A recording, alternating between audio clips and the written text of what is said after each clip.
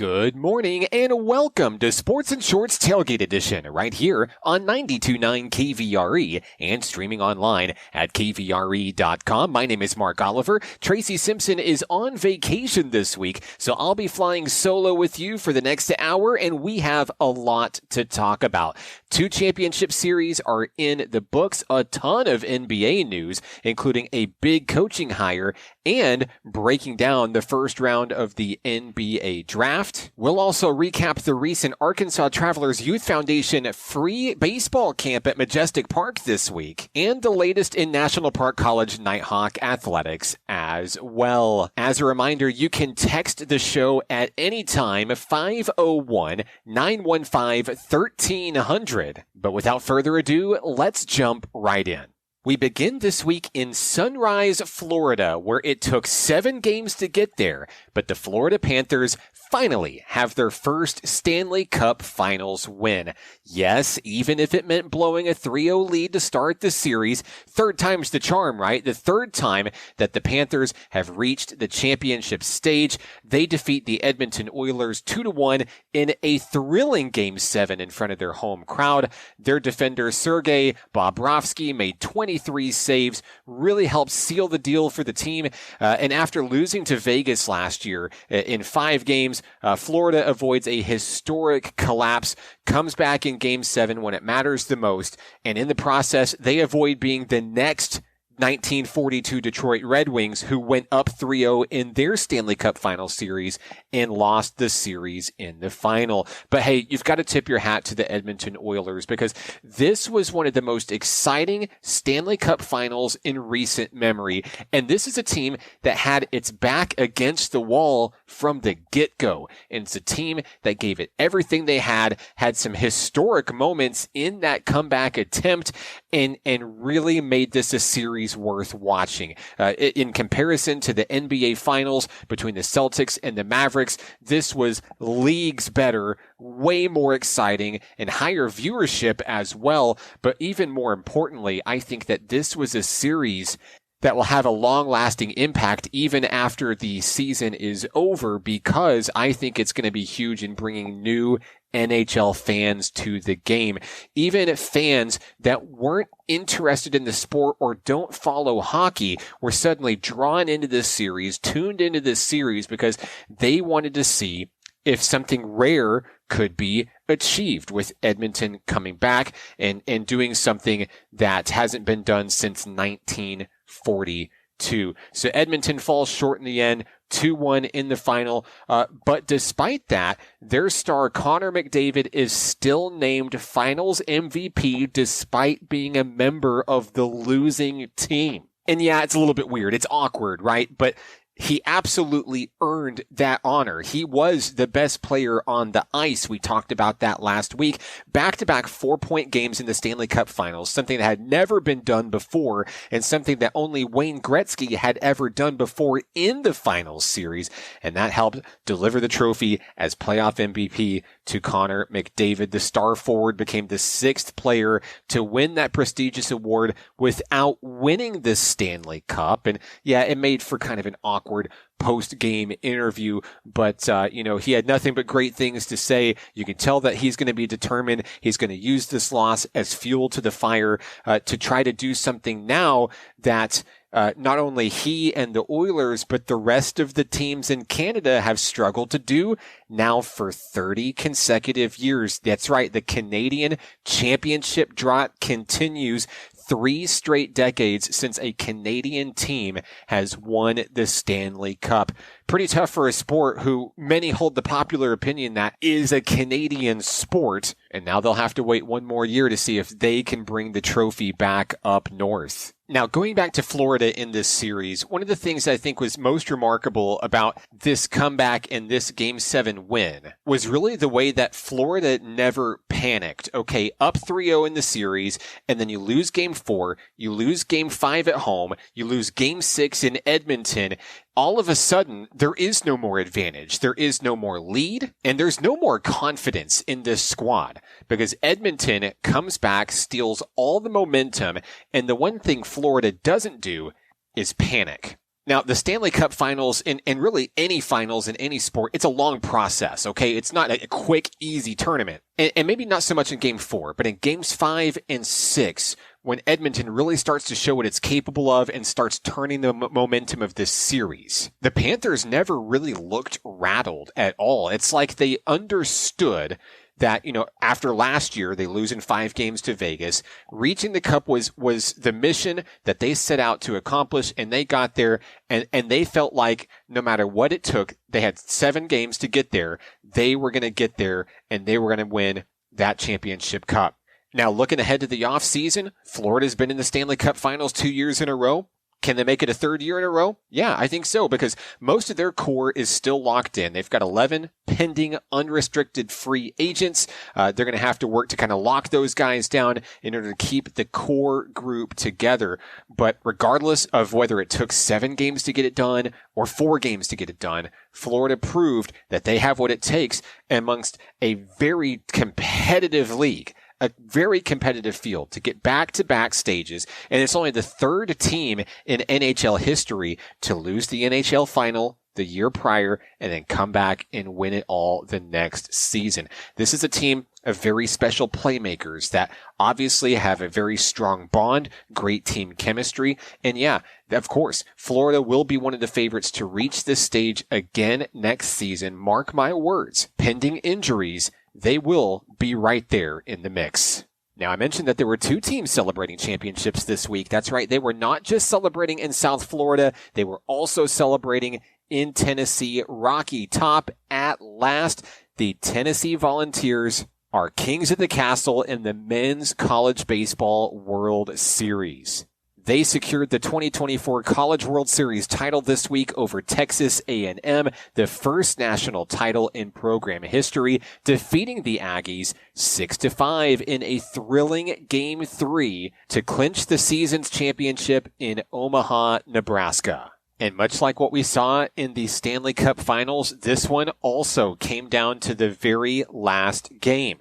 The Volunteers bounced back from a Game 1 loss to win 2 straight and become the first number 1 national seed in the tournament to win the title since Miami did it in 1999. And the Volunteers got it done with the long ball. In that pivotal Game 3, Christian Moore hit a leadoff home run, and Dylan Dreiling went deep for the 3rd time in 3 games, and Tennessee survived some really tough moments, some really anxious moments late in that ball game to take the title. Dreiling named the Men's College World Series Most Outstanding Player, connected for his 23rd home run of the season.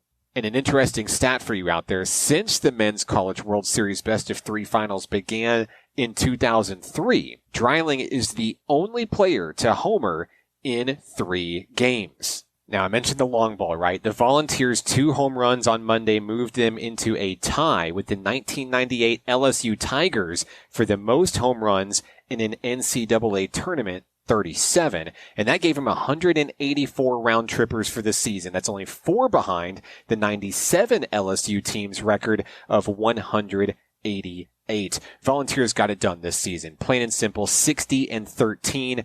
On the year, and they held a really good Aggies offense that averaged 8.5 runs per game for the season to only 6 runs over the last 20 innings of the finals. It's spectacular defense. And now, at the end of the day, Tennessee joins the upper echelon of Southeast Conference baseball schools. They're now the 8th SEC school to win an NCAA national championship in baseball. Those 8 schools have combined for 16 total titles, and the SEC has now won 5 championships in a row, all by different schools in 10 of the past 15. So SEC dominance in baseball, yeah, it continues, and it continues in a big way.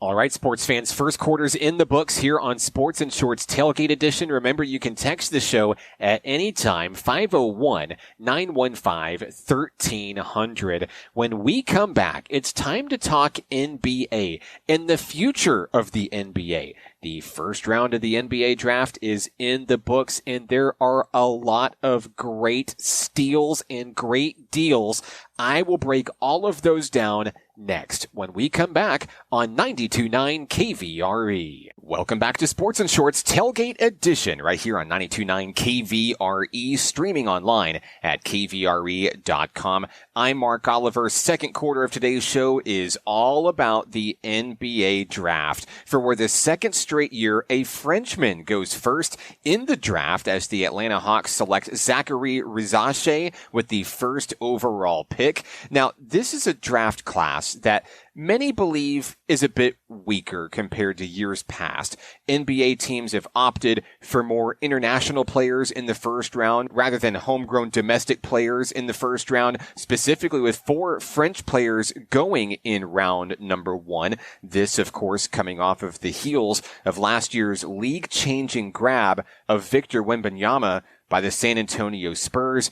And honestly, the success that we've seen from international-born players in the current era of the game. Now, Rizache becomes the 4th overall international prospect to be taken with NBA's top pick. Of course, Wembanyama last year, so it's 2 years in a row that the number 1 pick goes to an international player. Hey, just 19 years old, the 6'9" forward averaged 11.1 points per game and 4 rebounds per game in France's LNB Elite League last season. He's also the son of French professional basketball player Stéphane Rizache, who won an Olympic silver medal with the French national team in 2000. Rizache bolsters a front court for the Hawks that features forward Jalen Johnson and, of course, Trae Young, and hopes to fill some defensive gaps that the team has. It's no secret that last year the team finished near the bottom of the league in defensive efficiency, defense versus on-ball screens, transitions, and field goal percentage allowed, and they were painfully vulnerable, especially under the basket, allowing multiple layups and dunks. They look to shore that up. They believe that Rizache is the right guy. And the truth is we'll have to wait and see how he transitions into the NBA. You know, his size will certainly be a key factor to fill some of those holes for the Hawks. 6'9" is nothing to flinch at. And after getting the number 1 pick from the NBA lottery this past season, Atlanta went with what they thought was the best player on the board. We'll see how it pans out for him this year. Another Frenchman, 19-year-old Alex Sarr, was taken at number 2 by the Washington Wizards. Kentucky guard Reed Sheppard goes to the Rockets at 3. San Antonio picks up UConn point guard Stephon Castle at number 4. And the Detroit Pistons go with G League prospect Ron Holland II at the 5 spot. Rounding out the top 10 are Frenchman Tidjane Saloon to the Charlotte Hornets at 6. UConn center Donovan Clingan to the Portland Trailblazers at 7.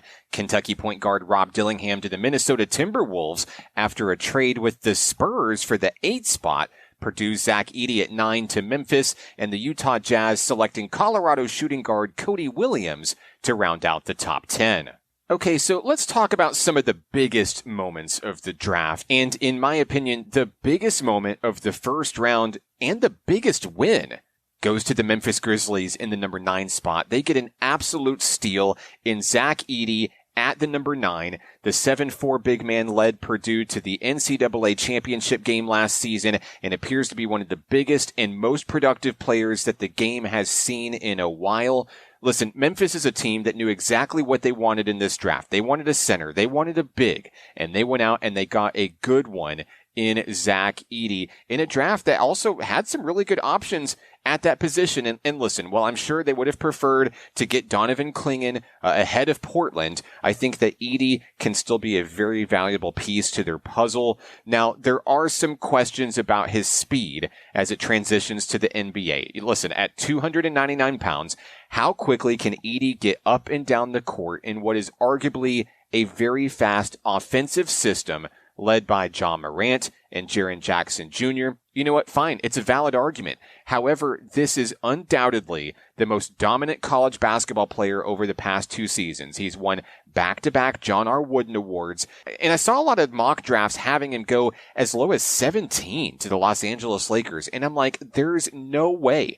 This guy is absolutely a top 10 pick. And with the Grizzlies getting healthy coming into this next season, look for this team, the one that's right up the road, to return to prominence in the mighty Western Conference with this pick. I think the Grizzlies got an absolute steal getting Edey at number 9. Another big winner in the first round, and I'll admit it came as a big surprise to me, is the Los Angeles Lakers. Dalton Knecht is the next first-round pick to don the purple and gold for LA, and the All-American small forward from Tennessee slides into what I feel is a really good situation for him, despite sliding out of the top 10 of the draft. Averaging 21.7 points per game last season, including games of 40 and 37 points respectively against a good Kentucky and a good Purdue team. He was really consistent offensively, and his ability to draw fouls and get inside, down low, really helped Tennessee in some big moments last year. Now, Knecht is not going to give you a strong defensive presence down low. He's just simply not. He's not built that way. But the Lakers didn't actually need that. You got to remember, this is a team that has a core of LeBron James and Anthony Davis. They don't need that big presence down low. What they need is another great shooting option for James and Davis to dish the ball to. And now, at least on paper, it appears that they have that. It's the first real move from new head coach J.J. Redick, who we'll talk about more in depth later in the show today. But it also appears to be a very big one. A lot of pressure on Redick to get the job done with his first-round pick. And you know, I think it couldn't have been a better situation for the Lakers. But regardless of that, let's play devil's advocate for a second. Listen, if Knecht is so good, why was he still available at the 17? You know, I thought about this. Truth be told, I think it simply comes down to this draft featuring a larger plethora of options at the center position. Bigs, more bigs than years past, and that has inspired some teams to make some out-of-the-box decisions when it came to addressing their needs, especially on defense. Knecht doesn't have that much of a defensive presence to him. However, it results in the perfect situation for LA. When a player like Dalton Knecht falls into your lap at the 17 spot, you run with him, and that's exactly what LA did. Another big winner in the first round, in my opinion, the Miami Heat. We talk about how did Knecht slide to the 17 for the Lakers. This is one of the reasons why. It's another team selecting a big man with their first round pick at the number 15 spot, and this one has ties to Arkansas.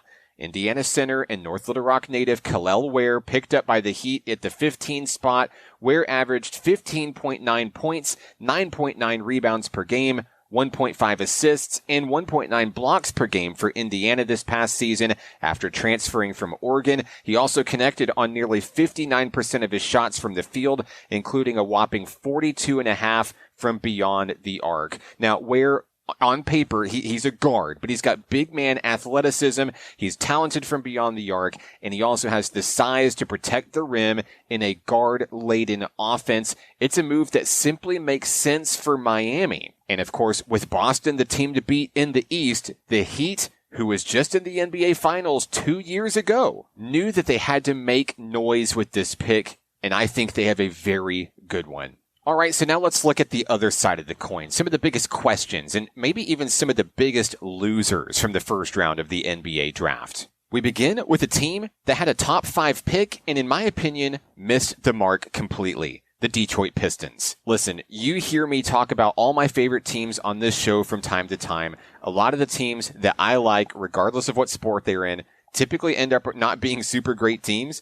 Like in baseball, for example, the White Sox are one of the worst teams in the MLB, still my favorite team. When it comes to the NFL, I'm a Chicago Bears fan, and we have been struggling for years. On the NBA side, I like the Utah Jazz, and it's a team that has never won the NBA Finals. So for our listeners out there, for our fans that are fans of teams that are not very good, first of all, I salute your loyalty, and second of all, I understand completely. Look, nothing infuriates a fan base more than tanking a season to get a high draft pick and then watching as your team makes objectively a questionable decision involving said draft pick. Look, I'm not here to say that Ron Holland II is a bad player. But coming into the draft, where there were a lot of questions about his decision-making abilities on the court, combined with a significant hand injury where he ruptured a tendon in his right thumb and missed the final 19 games of the season, yeah, I've got questions about this pick at number 5.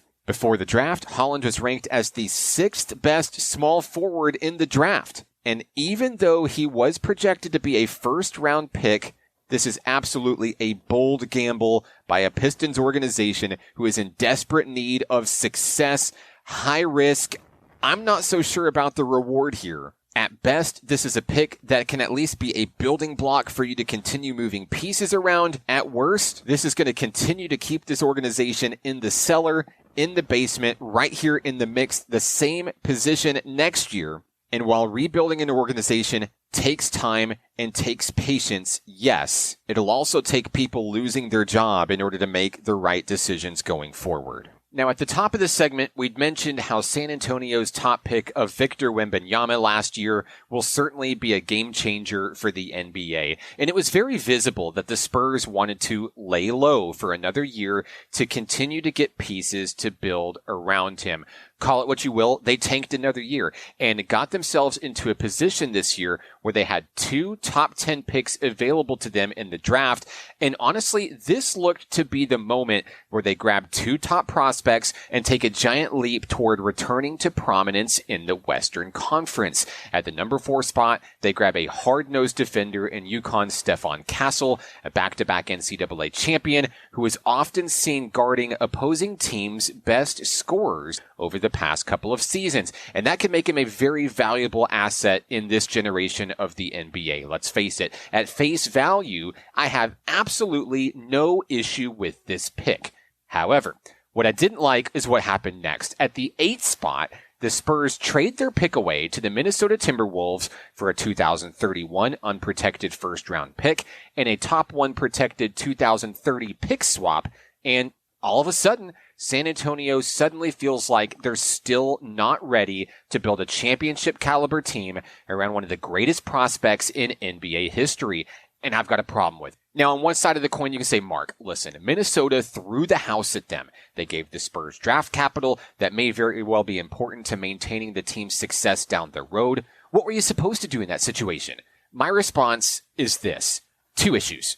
Well, no, really 3 issues. 1, Minnesota is a very good basketball team right now. Probably the best that the Timberwolves organization has ever been. They just went to the Western Conference Finals, and San Antonio has now just handed them a key piece that is going to make them even better in Kentucky's Rob Dillingham. For the Spurs, when you decide to become a competitive team in the West again, and whenever that is, apparently, you will now need to contend with the monster that you just attached an extra limb to. Problem 2. Yes, you do get draft capital, but with what guarantee? We're talking about 2 picks that are 6 and 7 years away respectively and still doesn't really give off a positive impression to your fan base that you are trying to win now. You have Castle, yes. He pairs well with Victor, yes. But what does this mean for the next season and the seasons going forward? Does this indicate that the Spurs are headed for another lackluster season? By design, I assume, with the tank in order to secure another lottery pick next year? Perhaps. And that brings me to my 3rd problem, and that is Victor Wembanyama. Look, the guy is going to make a ton of money in this league, but he didn't come halfway across the world to just make money. He's being touted as one of the best players to lead this next generation of NBA stars. He's here to win. He wants to win. And listen, I get it. I've said it before. Winning takes time. Rebuilding takes time. But how long will Wembanyama be willing to sit and wait and be patient in order for San Antonio to be championship ready? And what happens when that moment comes and your star player is no longer happy? It's a teeter-totter balancing act for sure, and it's a big gamble for the San Antonio Spurs. Now, I mentioned the trade with Minnesota, and I'd also like to throw this in as another big round 1 win. Picking up Dillingham checks a lot of boxes for a team that really needed to make a public outward move for its fan base to show that A, it's not happy with the way that things ended last season, and B, it's committed to returning its team not only to the Western Conference Finals, but to the NBA Finals as well. This is an organization that has never won an NBA championship. By giving up these picks down the road, yes, it's more of a win more now kind of move, but it is the move that Minnesota needed to make. They jumped on top of the San Antonio Spurs. The Spurs make the wrong decision, in my opinion, giving up that spot, But for Minnesota, it's the move they needed to make, not only to keep their players and their fan base happy, but also to put the organization in the best position to win now. Watch out, Minnesota will be a contender next season.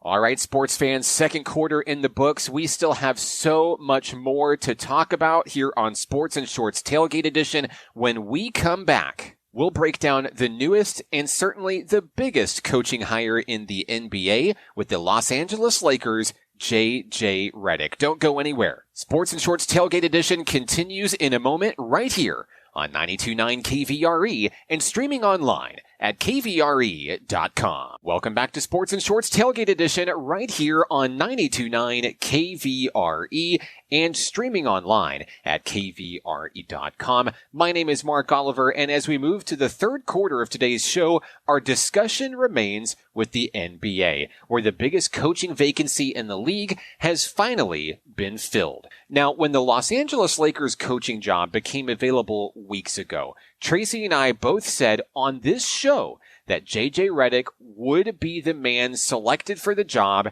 and we were right. Redick, who joined the Lakers on his 40th birthday, had a lucrative playing career that spanned 15 years in the NBA, where he shot the 20th most three-pointers in NBA history, and of course on the college level had a great run with the Duke Blue Devils, was the National Player of the Year, multiple ACC Player of the Year honors for him, and most recently, after retirement from the NBA, Redick has been involved in more of the media side of the game, where co-hosted the Mind the Game podcast with Lakers star LeBron James, and called the NBA Finals for ESPN and ABC. More of an analytical approach. He has stayed with the game and has been locked in to the current generation and the current status quo, the current state of the NBA. Now, with that said, out of all the things I just mentioned, all the great things that J.J. Redick has done, you may have noticed that the one thing I didn't mention was any prior NBA coaching experience, and if you caught on to that, you're absolutely right.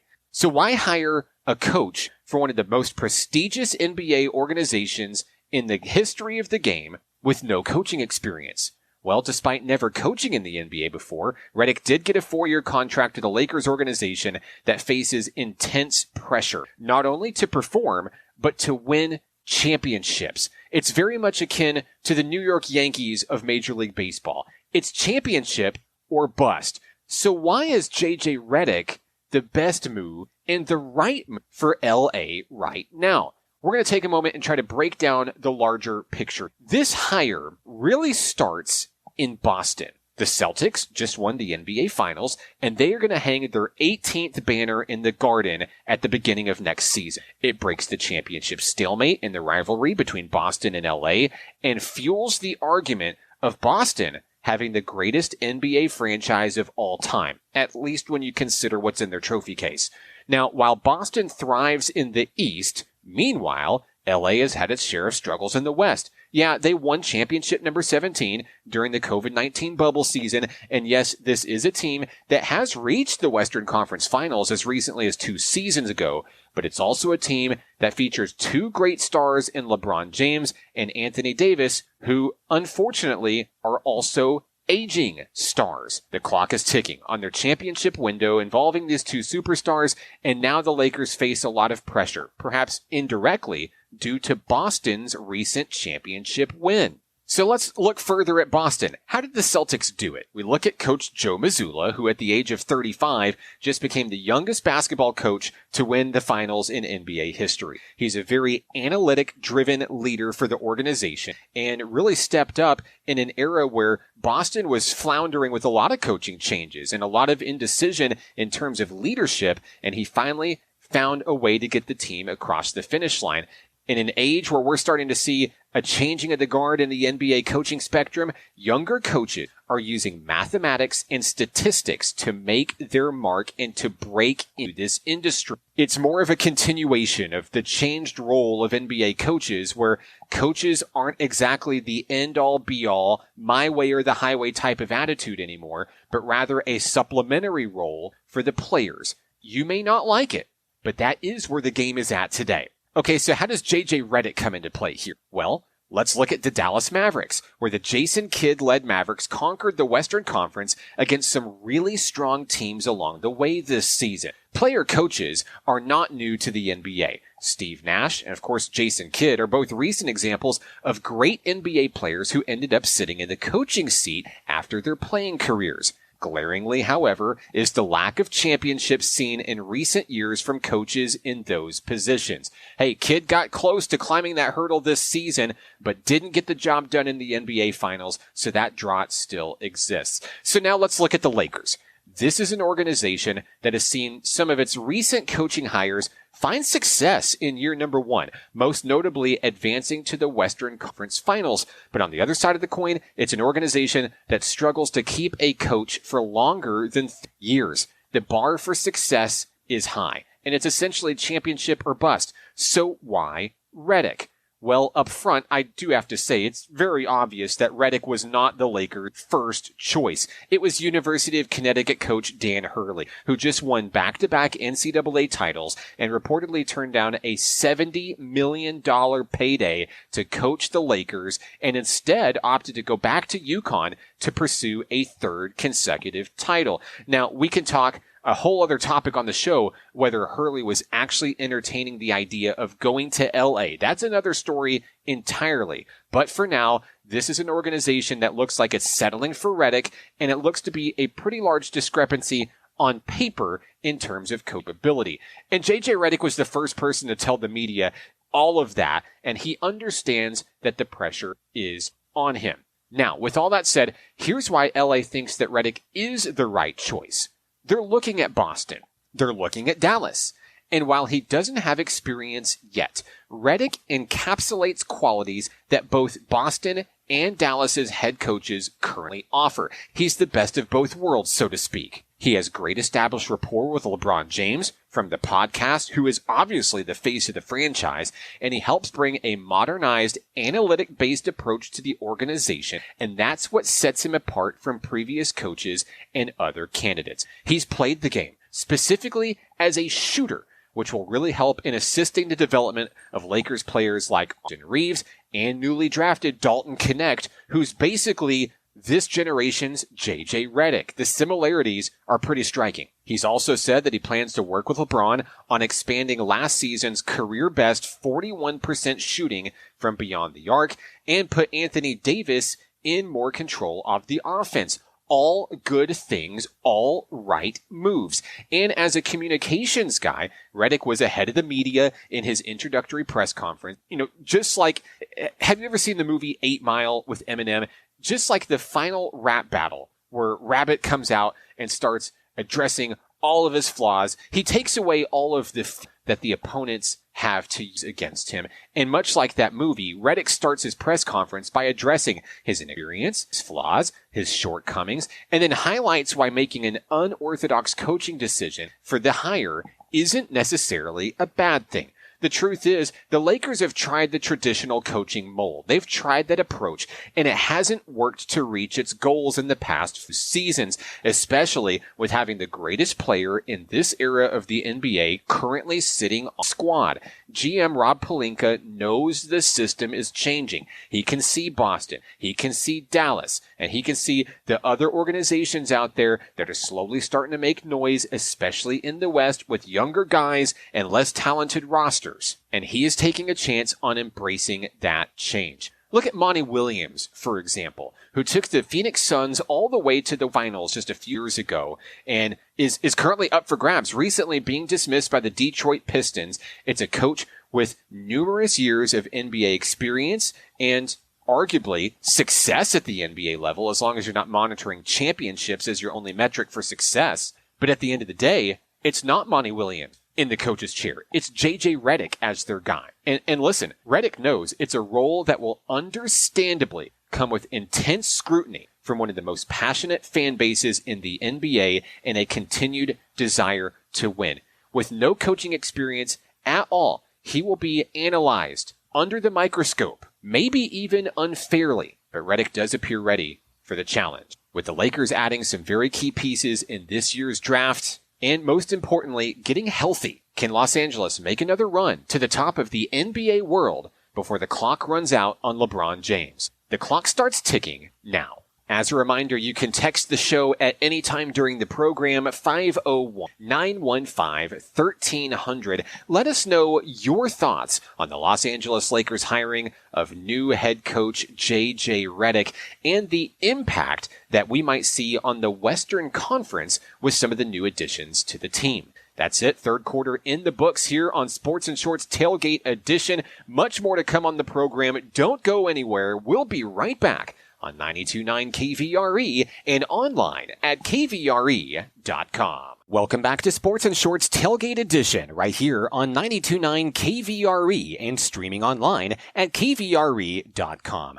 I'm Mark Oliver. For the fourth quarter of this week's show, let's take a look at some of the local stories impacting our KVRE listening area. And of course, it's the middle of summer. And for high school football athletes, it's known as the calm before the storm. It's dead week for a 2-week period. No practices, no talk about football, no nothing. Just rest and relaxation, time to get your mind right if you're a coaching staff or if you're a player, to enjoy your summer, enjoy your time off before it's time to get to work in preparation for the beginning of next season, which is right around the corner, I might add. We're roughly 2 months away from the opening kickoff of Friday Night Lights and the beginning of year number 15 on the microphone for Fountain Lake football for both Tracy Simpson and myself. And there is a lot to be excited about across all the teams in the KVRE listening area. Stay tuned to future episodes of Sports and Shorts Tailgate Edition, where we take it right from the horse's mouth, interviewing the head coaches of your favorite high school football teams and getting the first look at this year's teams. For our next topic, we head to the baseball diamond, where earlier this week,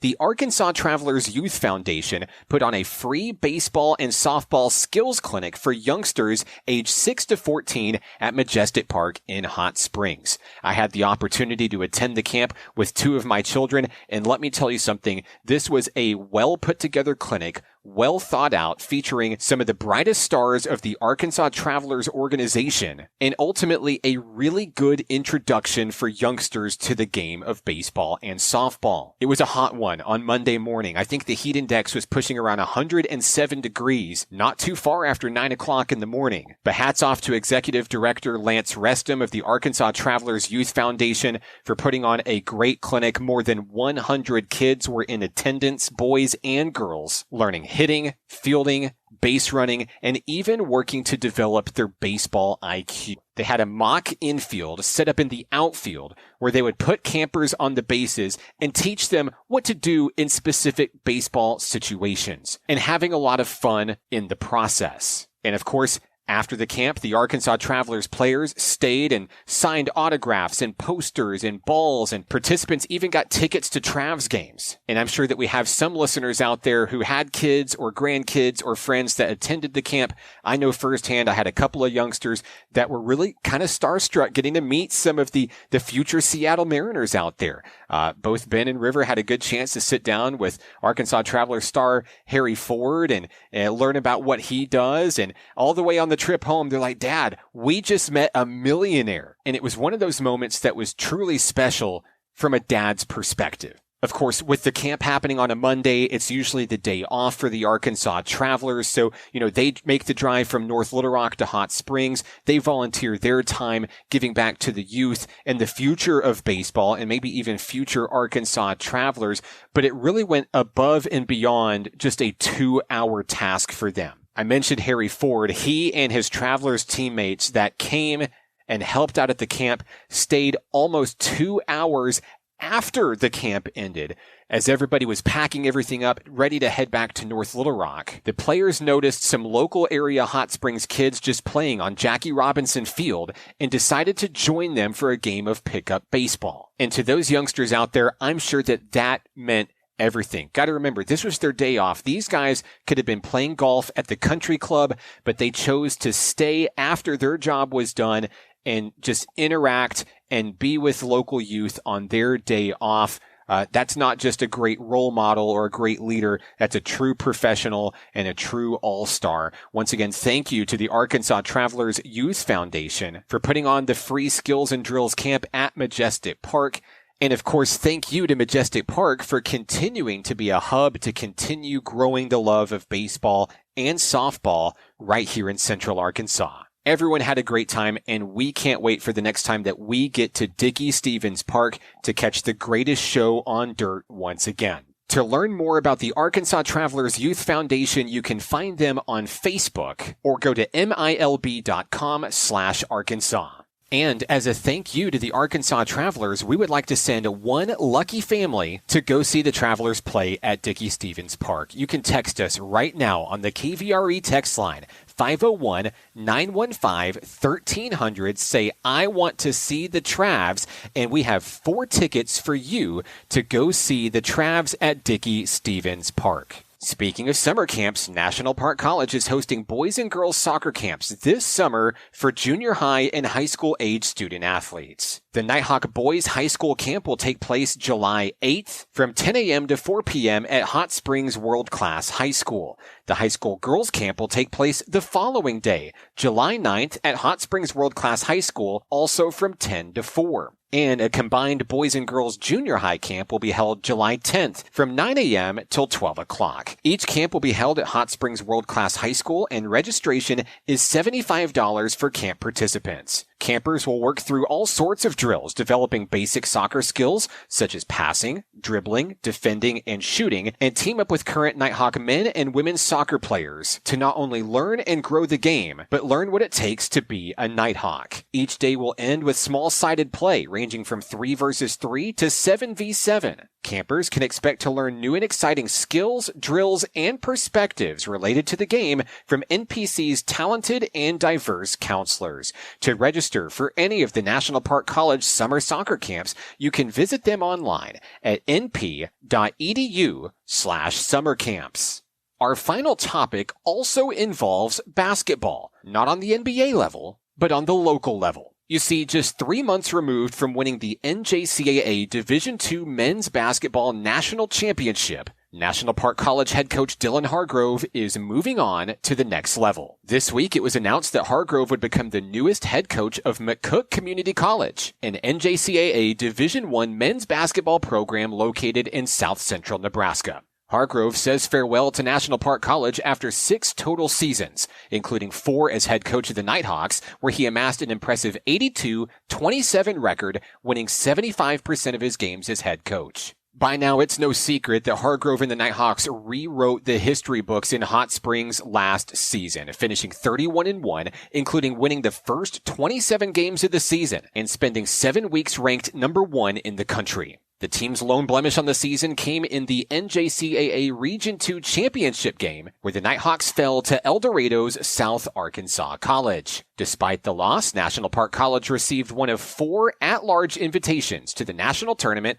offered by the NJCAA and bounced back as the tournament's number 5 seed, where it defeated Johnson County Community College, North Central Missouri College, top-seeded Davidson-Davie Community College, and in the finals, Illinois' South Suburban College. The accolades continued after the final buzzer sounded. Hargrove was named coach of the tournament and also picked up multiple postseason honors, including National Association of Basketball Coaches 2-Year Coach of the Year and the NJCAA Division II Men's Basketball Coach of the Year.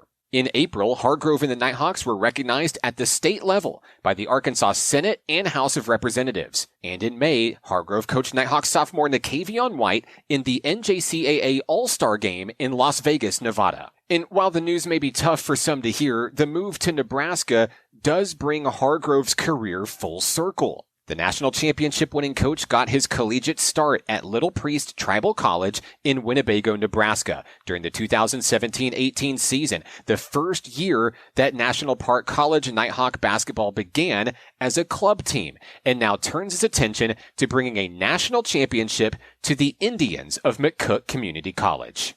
Now, listen, I get it. Losing a coach of Hargrove's caliber, one might think that this spells doom and gloom for National Park College, who not only faces the tough test of replacing most of its roster, who graduated in May and has now moved on to 4-year colleges and universities at the next level this summer, but also must now fill a coaching vacancy in order to defend its title. But what if I told you that that may not necessarily be the case? Just days after Hargrove's departure at NPC, Nighthawk Nation has already locked in its next head men's basketball coach, and his name is Hargrove 2. Coach Dylan Hargrove's father, Coach Dion Hargrove, was announced as NPC's third men's basketball coach in program history Friday, and it's a bittersweet changing of the guard that actually makes a lot of sense. While the younger Hargrove takes his talents to Division I junior college, the senior Hargrove brings with him a polished coaching resume filled with 34 seasons of accomplishments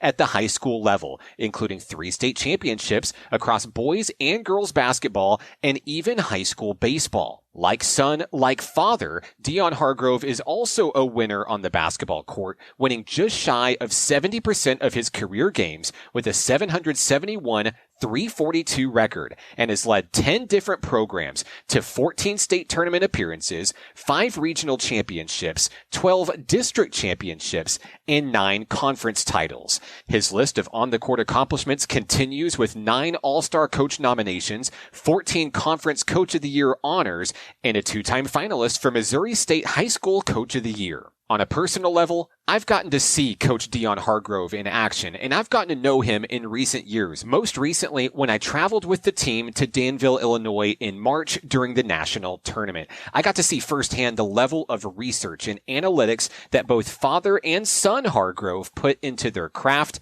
It's pretty incredible. And as someone who has been around Nighthawk men's basketball since day one of the program, this hire not only excites me, but gives me full confidence that NPC is not looking at a rebuild in the season ahead, but rather a reload. Taking a look at the clock, we're in the 2-minute warning of the 4th quarter of this week's show, and I don't even feel like we've scratched the surface of all there is to talk about going on in the sporting world this week. We talked a lot of basketball on today's program, and we didn't even get to one of the biggest stories in the basketball world, and that was the drafting of Bronny James, LeBron James' son, to play alongside him on the Los Angeles Lakers. Next week, when Tracy returns from vacation, we'll absolutely have to break down that historic father-son moment and what it might mean for the organization and the league going forward. As always, you can text the show at any time during the week. If you know of a student athlete or a sports official going the extra mile in your community, or if you have a sports story that you would like for Tracy and I to talk about, you can text the KVRE text line at 501-915-1300.